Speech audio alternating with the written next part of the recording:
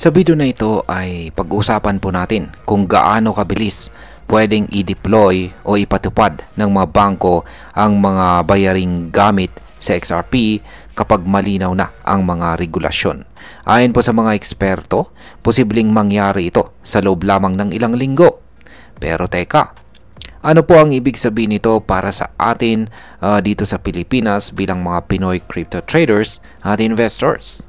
Pag-uusapan din natin kung bakit si XRP ay unti-unti nang inilalagay sa sentro ng global financial system, kung paano po nagkakaroon ng advantage si Ripple at kung paano nagiging pabor sa kanya ang pagkakaroon ng US banking license. Kaya yan, bago po tayo magpatuloy ay pakibasa na lamang po muna ang disclaimer dito po sa ibaba ng ating screen. Yan, simulan po natin sa kung ano po ba ang kalamangan nitong si Ripple kumpara sa mga traditional systems ng bangko. Alam naman nating lahat na matagal na nating problema ang mabagal at mahal na international money transfer. Lalo na tayong mga OFW families. Sino ba naman ang gustong maghintay ng 3 to 5 days at mabawasan pa ang perang ipinadala dahil lamang sa fees? Dito na po pumapasok si Ripple.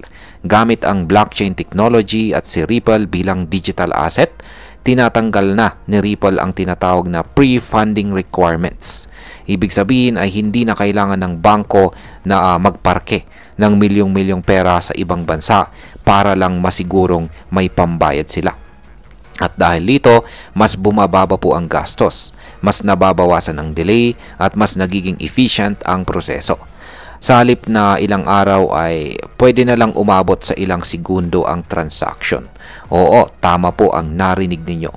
3 segundo lang or 3 seconds para makumpleto ang isang international payment.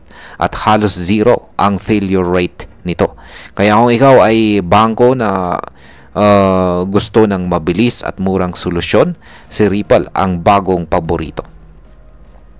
Paano naman po napapadali ang deployment ng XRP payment sa mga bangko? Ayon po sa isang panayam ng crypto researcher na si Smoke, may mga eksperto na nagsabi na kapag na-clear na ang mga regulatory requirements, kaya nang ipatupad ang XRP-powered payments sa loob lang ng 2 hanggang 3 buwan. Pero may mga pagkakataon rin na sa loob ng 3 linggo lang tapos na agad ang bagong or ang buong proseso. Kasama po sa proseso na yan ang onboarding ng bangko, pag-re-review ng credit standards at technical integration sa system ni Ripple. Ibig sabihin ay hindi lang ito plano-plano. May mga aktual po na institution na nagtatagumpay sa pag-adapt ng sistemang ito. Ang tanong ngayon ay kung ganun kabilis pala ito maipapatupad, bakit hindi pa ito ginagamit ng lahat? Ayan. Ngayon ay pag-usapan naman po natin ang papel ng US banking license ni Ripple sa mabilisang integration. Ayan, isa po sa pinaka-importanting balita ngayon ngayong taon ay ang pagkakaroon ni Ripple ng banking license sa US. Ayan. Ang ibig sabihin nito ay isa na siyang lehitimong institutional finance sa US at dahil dito ay mas pinadali palalo ang proseso ng pakikipag-partner sa ibang mga bangko. Kapag lisensyado ka, mas mataas po ang tiwala sa iyo ng mga institutions. Mas madali kang makapasok sa kanilang ecosystem. Hindi na kailangan ng maraming layer ng papeles at approval. Ang nangyayari ngayon, si Ripple po ay handang-handa ng i-embed si XRP sa financial system ng mga bangko, hindi lamang po sa US kundi sa buong mundo. Ano naman po ang plano ni Ripple sa hinarap para sa mga bangko? Ayan, kahit hindi pa fully clear ang mga crypto regulations sa maraming bansa, ang bilis ng possible deployment ni XRP ay malinaw na patunay kung gaano po ka-advance ang kanilang technology. Ang goal po ni Ripple ay hindi lang basta makabenta ng technology. Ang layunin po nila ay makatulong sa aktual na problema ng financial system.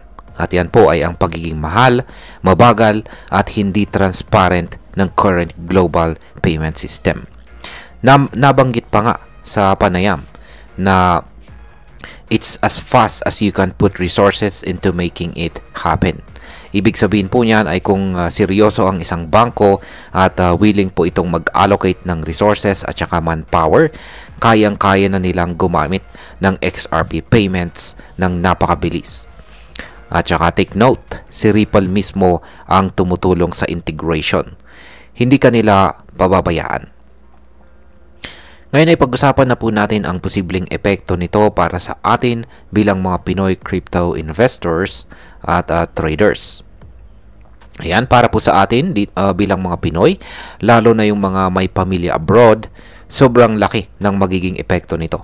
Kapag nag-start ng gumamit ng XRP ang mga bangko dito sa Pilipinas para sa remittances, pwede pong bumaba ang transaction fees at mapabilis ang padala ng pera mula abroad. Halimbawa, imbis na 5% or 10% ang fee sa isang padala, baka maging halos zero or fixed minimal lang. Para naman sa mga crypto trader o hodlers ng XRP, ibig sabihin nito ay real-world use case po ito. Kapag tumaas po ang adoption, tumataas rin ang demand. At kapag tumaas ang demand, well, alam nyo na ang kasunod. Pwede pong tumaas ang presyo ni XRP. Kaya kung maagang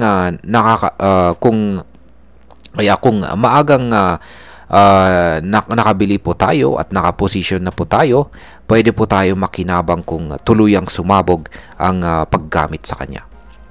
At bilang panghuli, ang masasabi ko naman tungkol dito ay para sa akin ay malinaw na si Ripple ay hindi lang hype.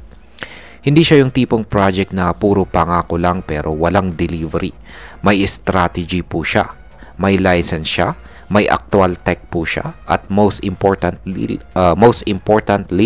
ay may mga partner na siyang malalaking financial institutions. Hindi pa man perfect ang regulatory environment sa ngayon, pero kapag dumating ang tamang panahon at darating po yan, handa na si XRP na pumasok sa mainstream banking. Ang tanong na lang ngayon ay handa na ba tayo? Kaya kung ikaw ay isang crypto enthusiast, huwag mong baliwalain itong si XRP.